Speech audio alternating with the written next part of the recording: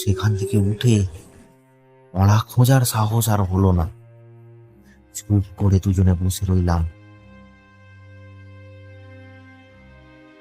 একটু পরে তুলে একটা হ্যারিকেনের আলো চোখে পড়ল। মনে তখন সাহস এলো, ওরা কাঠ নিয়ে চলে এসেছে। কিন্তু আমাদের গলা শুকিয়ে তখন কাঠ। ওদেরকে ডাকতে চাইলাম, কিন্তু গলা দিয়ে তখন আর আওয়াজ বেরোলো না। ওরা যখন একেবারে সামনে এলো, নিতাই তখন চিৎকার করে উঠল, কাকা, আলু নিয়ে তাড়াতাড়ি এসো, মরা নেই এখানে, মরা নেই।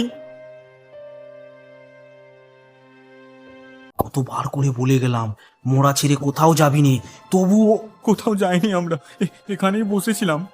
তাহলে মোড়া কি হাওয়ায় উড়ে গেল?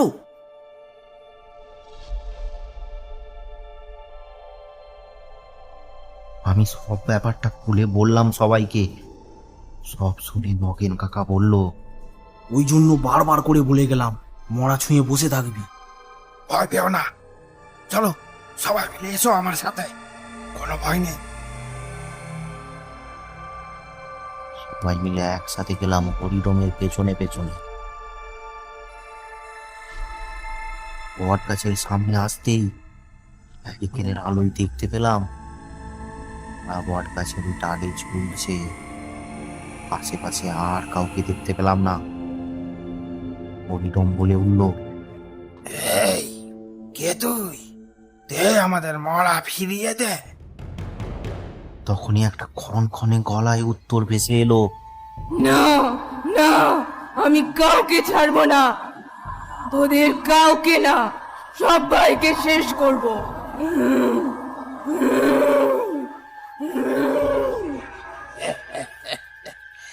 দেখ, এটা আমার 100 নম্বর মরা পোড়ানো, তাই আমি এত দূর থেকেও এসেছি, ভয় পাইনি।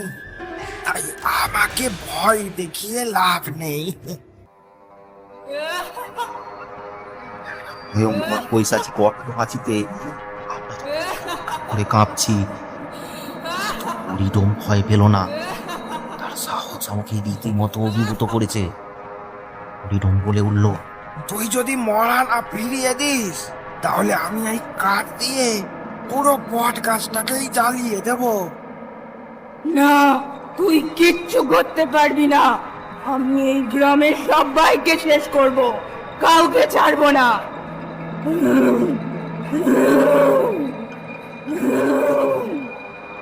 গ্রামের লোক তো তোর কোনো ক্ষতি করেনি, তাহলে এদের কেন মারবি তুই? যে তোকে মেরেছে তাকে খোঁজ।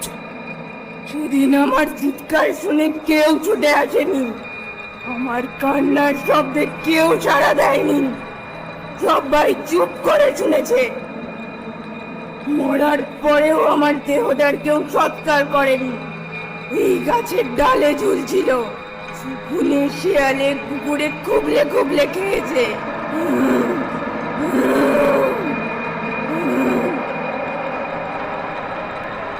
এই নির্মম ঘটনা মনকে খারাপ কান্ত করে তুলল। তার সাথে শোনা গেল অশরীরী কান। অশরীরী আবার বলে চলল, আজ যে আমার এই অবস্থা করেছে, তার শাস্তি সে পেয়ে গেছে।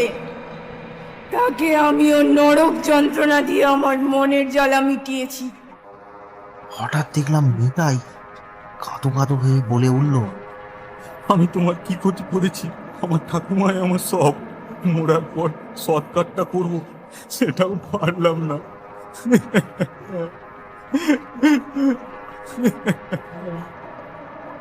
কামড়ায় মনে হলো যেন অশরীরী একটু নরম হলো।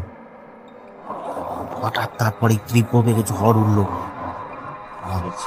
গাছটা জোরে জোরে তুলতে লাগলো। হপ করে মাটিতে পড়ে গেল ঠাকুমার মৃতদেহটা। নিতাই ছুটে গিয়ে ঠাকুমাকে জড়িয়ে কাঁদতে আরম্ভ করলো। ঝড় থেমে গেল, আর সেই অশরীরী নারী মূর্তিটিকেও আমরা আর দেখতে পেলাম না। তারপর আমরা কাঠ সাজিয়ে মৃতদেহ পোড়ানোর ব্যবস্থা করলাম।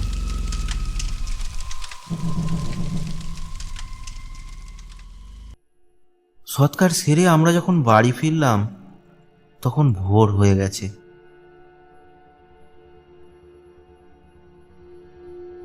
সকাল হতেই গ্রামে ব্যাপারটা জানাজানি হয়ে গেল। গ্রামের কয়েকজন লোকের সাথে আলোচনা করে ঠিক করলাম ওই অতৃপ্ত আত্মার শান্তি কামনার জন্য শ্মশানের ধারে একটা যজ্ঞ করব।